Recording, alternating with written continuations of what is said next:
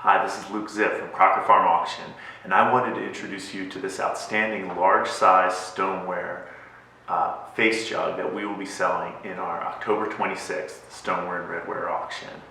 As you can probably tell, this is an example of Edgefield District, South Carolina face jugs. It's a new discovery. So one thing that's outstanding for our business is the number of fresh to the market examples of stoneware from all over that we've had the privilege of handling. And really, that has been the most gratifying part of our business in the last 15 years. Is there's so many great examples of stoneware from the north, south, east, and west that we were the first to handle and to introduce to the collecting and institutional market. And this is another such example. As typically happens when somebody inherits a house full of antiques from early collectors, they start studying what they have and trying to figure out if anything is of significant value. So this piece was in an early collection on Long Island, and that collector, she was actually pretty meticulous in documenting what she had to the best of her knowledge and where she bought it and for how much. And so the heir of that estate found this jug, and after looking online a little bit, found us, and were privileged to be the ones to introduce it to the collecting world.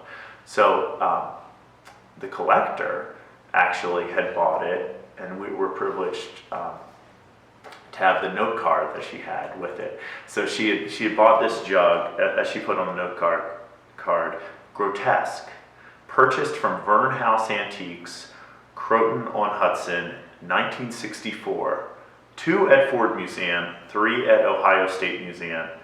Excellent. Paid, and this is a shocking amount, $87.50. So actually she was comparing this to probably Ohio face vessels that are at the Henry Ford Museum and at the Ohio State Museum, so she didn't really realize what she had exactly bought. But this is a very large example of Edgefield District face jugs. And so later on, probably 1860s, 1870s examples tend to get smaller and more standardized. And so we've sold a number, Miles Mills, Davies type examples that are pretty, and even like Stony Bluff examples, that there's a number that are pretty, similar one to another. I mean, there might be variations in the expressions, variations in the type of glaze or the quality of glaze, but they're pretty similar. We've also sold a number that are a little on the larger size and are more individual in terms of artistic expression. I'm thinking back to one that we sold a few Marches ago that came out of an early collection in New York State that had large ears and kind of hand-modeled features on the face. And it seems to relate to this example pretty closely, although it was probably less, even though it seemed large at the time. I mean, this piece dwarfs it. So when we got this shipped to us, I was just shocked to take it out. I mean, it's really, larger than a human head.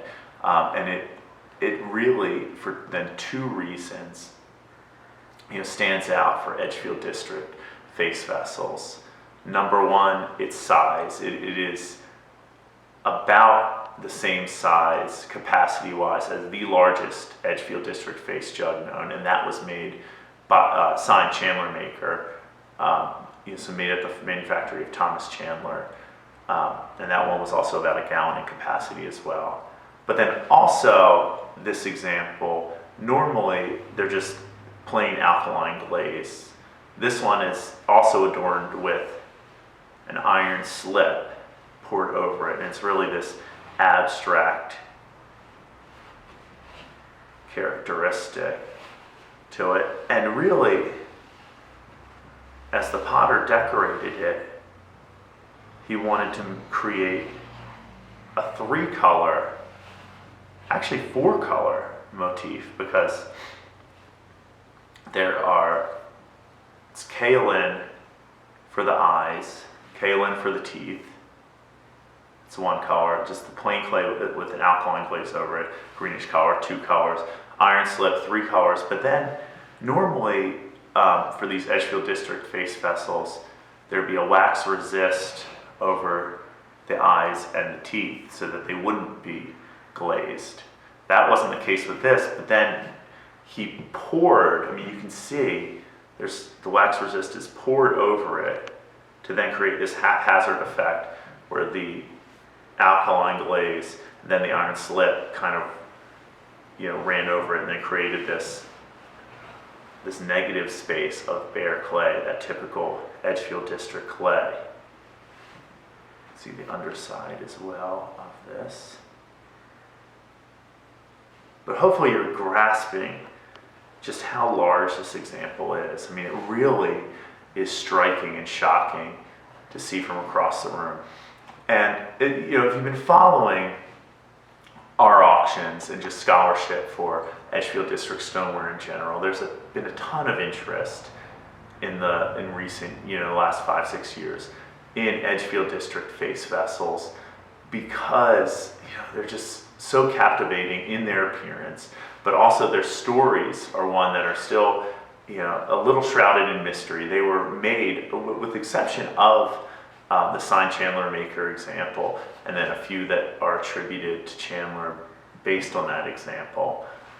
They were all made by enslaved or newly freed, during Reconstruction era craftsmen, and that they were made as their artistic expression, and often using African-inspired design motifs. And so just to have an example, this piece is one of those examples that was made by one of the anonymous enslaved craftsmen in the Edgefield District of South Carolina. Probably since it's so large in size and also because of the iron slip decoration, it probably is towards the earlier end of face vessel production. So it could even be as early as 1840s, but probably still, 1850s, pre-Civil War in that time period. You can see, the individually, just the large ears, the tragus on both sides.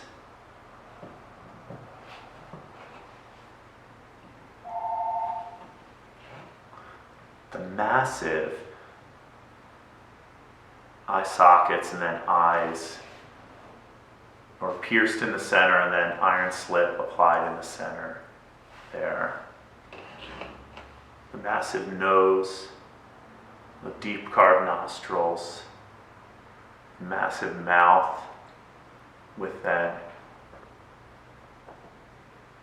individual kaolin teeth in the center.